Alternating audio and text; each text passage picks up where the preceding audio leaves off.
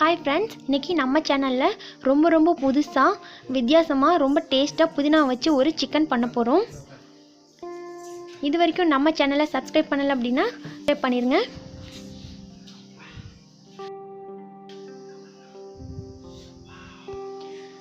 புதினா சிக்கன் செய்ய தேவையான பொருட்கள் என்னென்னன்னு பார்க்கலாம். புதினா ஒரு கைப்பிடி அளவு எடுத்துருக்கேன். ஒரு 1/4 கிலோ கறிக்கு நீங்கள் எவ்வளோ கறி போடுறீங்களோ அதுக்கு தகுந்த மாதிரி எதை எக்ஸ்டெண்ட் பண்ணிக்கோங்க. பச்சை மிளகாய் 4, லெமன் ஒரு 1/2 லெமன் அளவு எடுத்துக்கோங்க. இது மூணையும் நம்ம ஒரு மிக்ஸி ஜாரில் போட்டு நைஸாக அரைச்சி எடுத்துக்கலாம். இந்த சிக்கன் ரொம்ப சிம்பிளாகவும் ஈஸியாகவும் செஞ்சிடலாம். ஆனால் டேஸ்ட்டு பார்த்திங்கன்னா செம்மையாக இருக்கும். இது வரைக்கும் நம்ம சாப்பிடாத ஒரு புதுசான டேஸ்ட்டில் சூப்பராக இருக்கும்.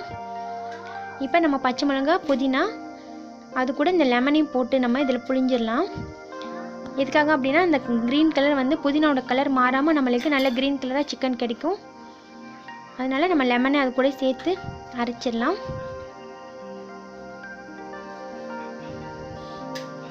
இந்த மாதிரி அதை அரைச்சி பேஸ்ட்டாக எடுத்துக்கலாம்.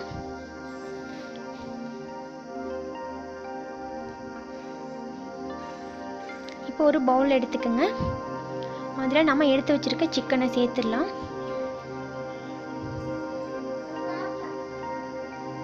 சிக்கன் கூட இப்போ நம்ம ஒரு குழிக்கரண்டி அளவு தயிர் ஊற்றுறோம்.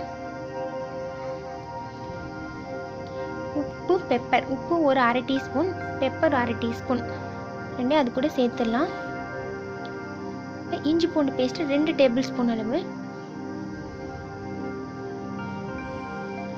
நம்ம அரைச்சி வச்ச புதினாவை இது கூட மிக்ஸ் பண்ணிடலாம். இவ்வளோதான் இதோட இன்க்ரீடியன்ஸ். இதை போட்டு நம்ம நல்லா மிக்ஸ் பண்ணிடலாம். நல்லா இதை ஒரு மிக்ஸ் பண்ணிவிட்டு ஒரு 1 hour வரைக்கும் இதை நம்ம ஊற வச்சிடணும். அதுக்கப்புறமா தான் நம்ம இதை செய்ய ஆரம்பிக்கணும்.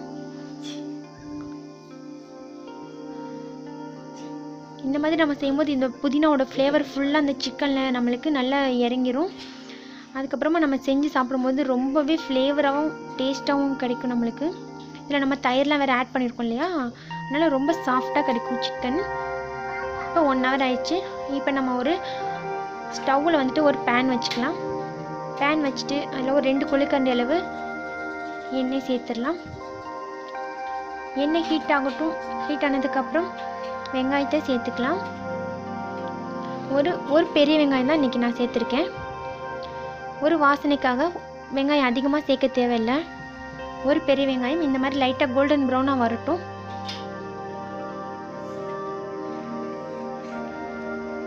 இந்த மாதிரி வெங்காயம் கோல்டன் ப்ரௌன் ஆனதுக்கப்புறம் நம்ம மிக்ஸ் பண்ணி வச்சு சிக்கன் அது கூட சேர்த்துடலாம்.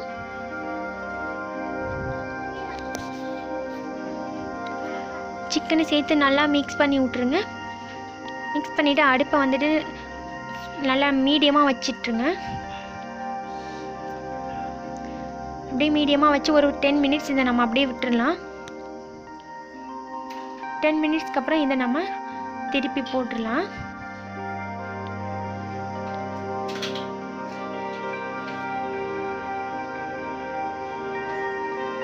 இந்த மாதிரி திருப்பி போட்டோன்னா சிக்கன் நல்லா வெந்துடும். திருப்பி போட்டு இது மாதிரி ஒரு 5 நிமிஷத்துக்கு ஒரு தடவை நம்ம சிக்கனை திருப்பி போட்டுட்டே இருந்தோம் அப்படின்னா கரெக்டாக ஒரு 20 minutesலேயே சிக்கன் நம்மளுக்கு நல்லா வெந்துடும். இதுக்கு நம்ம எண்ணெயும் அதிகமாக சேர்க்க தேவையில்லை, தண்ணியும் நம்ம சேர்க்கக்கூடாது. இந்த மாதிரி குறைஞ்ச எண்ணெயிலே ரொம்ப சூப்பரான சிக்கன் நம்மளுக்கு ரெடி ஆயிரும். இந்த மாதிரி ஃப்ளேவராக செஞ்சு கொடுத்தா குழந்தைங்களாம் ரொம்ப விரும்பி சாப்பிடுவாங்க. குழந்தைங்க மட்டும் இல்லை, பெரியவங்களுக்கும் ரொம்ப பிடிக்கும்.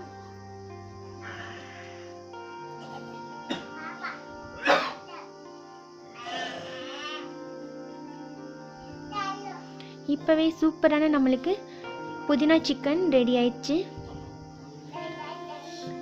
இந்த எல்லோரும் வீட்டில் கண்டிப்பாக ட்ரை பண்ணி பாருங்கள்.